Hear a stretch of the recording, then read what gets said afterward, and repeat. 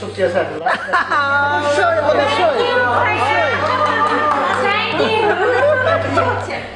এই লাস্ট গানটা সে কখনই গাইতে চায় না, কিন্তু আসলে তাকে রিকোয়েস্ট করবো গানটা গাওয়ার জন্য। It is true for each and every one of us. এটা হচ্ছে আমরা তো বড় বড় মানুষের কথা শুনলাম, নজরুলের কথা শুনলাম, রবীন্দ্রনাথের কথা শুনলাম। আমাদের দেশের সাধারণ মানুষরা যে অসাধারণ গান লিখতে পারে, অসাধারণ সুর দিতে পারে, এটা এটা কিন্তু ইটস এ ফ্যাক্ট। ভদ্রলোকের নাম গিয়াসউদ্দিন, তিনি আসছেন আমার আমি জানি খুব পছন্দ, কিন্তু this song is true for each and every one of us. Giasuddin সাহেব আসছেন, আসছেন একটা রিকোয়েস্ট যে স্যার আমি গত 20 বছর ধরে গান লিখতেছি, গানের সুর করি, কিন্তু আমি রেডিও টেলিভিশনের লিস্টেড আর্টিস্ট না। আপনি যদি খালি কাউকে একটা টেলিফোন করে বলে দেন তো আমি শেষ বয়সে রেডিও টেলিভিশনের একটা ইন্ডাস্ট্রিয়াল আর্টিস্ট হইতে পারি, মনটা আমার ভালো। আমি ভদ্রলোক গান শোনাইলেন আমাকে, এই গানটা শোনাইলেন। আমি একটা চিঠি কাগজ দিলাম, উনি ইমিডিয়েটলি নওয়াজ আলী খান, তখন তিনি বিটিভি প্রোগ্রামের দায়িত্ব ছিলেন, জেনারেল ম্যানেজার ছিলেন। ওনাকে চিঠি লিখলেন যে নওয়াজ আলী ভাই এই লোকটিকে আপনার কাছে পাঠাচ্ছি, আমি খুবই খুশি হবো যদি ইমিডিয়েটলি তাকে আপনি টেলিভিশনের এনলিস্টেড গীতিকার করতে পারেন। তো সে আমার কথা রেখেছে, ভদ্রলোক গেছেন সেখানে, ইমিডিয়েটলি তাকে টেলিভিশনের এনলিস্টেড গীতিকার করা হয়েছে। তিনি দেশে ফিরে গেছেন, ফিরে গিয়ে মারা গেছেন। এই পার্টিকুলার গানটা আমাদের এক্সপেকটেশন ছিল 2টা, সেই জায়গায় 2টা আমরা বোনাস পাচ্ছি। ব্যাপার না, কিন্তু রাত হয়ে গেছে না, we couldn't miss it actually. Good.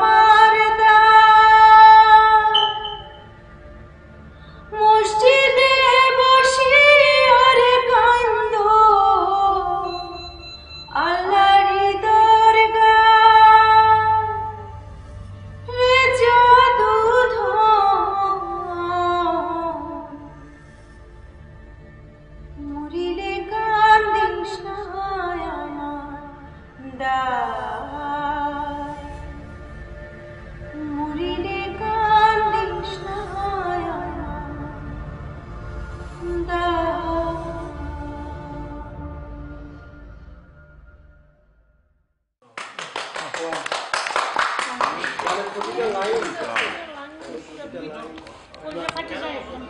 হচ্ছে Giasuddin.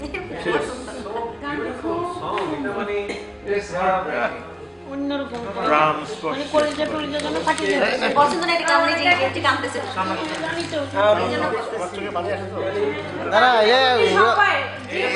Anybody can be hurt.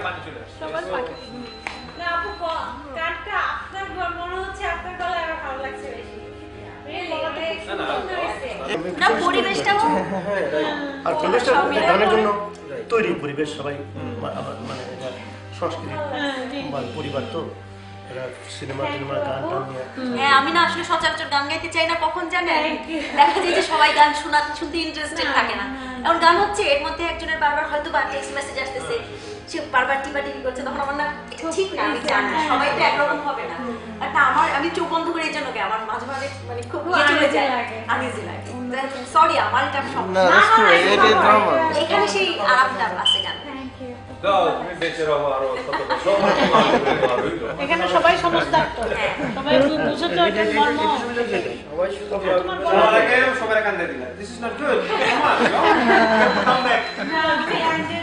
অবশ্যই we will come back.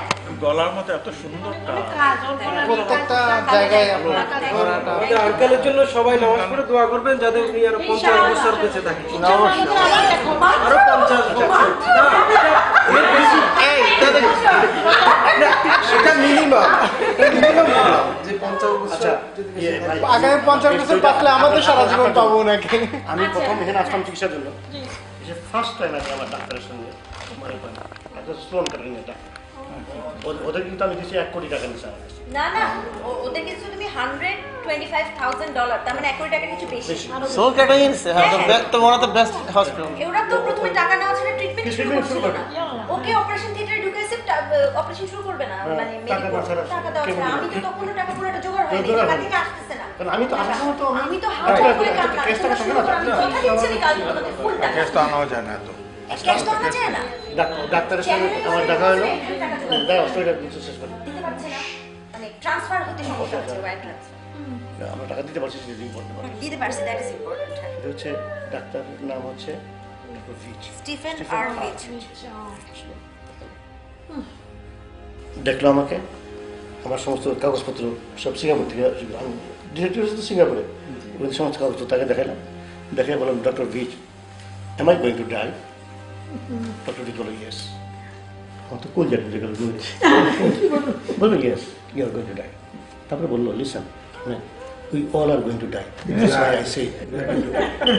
But I will not let you die so soon. I will not let you die so soon. ইনশাআল্লাহ ইনশাআল্লাহ না মৃত্যু নেই, আমার কোনো ইয়ে নাই। না এটা টেকনিকটা যখন যখন সময় আসবে, হ্যাঁ, হ্যাঁ, তখন Everyone has own schedule. আল্লাহ ইয়াগফিরুল্লাহু নাফসান ইযা জাআত। মানে এর মতো যখন সময় আসবে, হ্যাঁ হ্যাঁ সেটা এক মুহূর্ত আগে আগে আমরা পরে প্রবলেম না। 1 সেকেন্ড আগেও না 1 সেকেন্ড পরে না, এটা ওই সময়তেই আছে। সবাই জানে। আর আরেকটা আছে সূরা, আমাদের সূরা বনী ইসরাঈলের একটা আয়াত আছে, আমার খুব পছন্দ। সূরা বনী ইসরাঈলের আয়াতটা হচ্ছে, আমি তোমাদের প্রত্যেকের ভাগ্য তোমাদের গলায় হাড়ের মতো ঝুলাইয়া দিয়েছি, ইয়া আমার পক্ষে সম্ভব। আমি তোমাদের প্রত্যেকের ভাগ্য তোমাদের গলায় হাড়ের মতো ঝুলাইয়া দিয়েছি, ইয়া আমার পক্ষে সম্ভব। কাজেই আমাদের ভাগ্যে কি আছে না আছে সব তো অলরেডি ডিসাইডেড বাই হিম। সামাকে আমরা ঝামেলা করছি, এই কাজ করি ওই কাজ করি, জিমদের ঘরে পড়ে থাকি না। না না, ভাগ্যের আমল করতে হবে। এখন তোমাকে খাবার দিয়েছে, খাবারের মানে আমাদের অন্য কি জানি বলে, খাবার যোগানদাতা, রিজিক আল্লাহর হাতে। তাইলে আমরা ঘরে বসে থাকি, আমাদের কিছু কিছু না, করার নাই।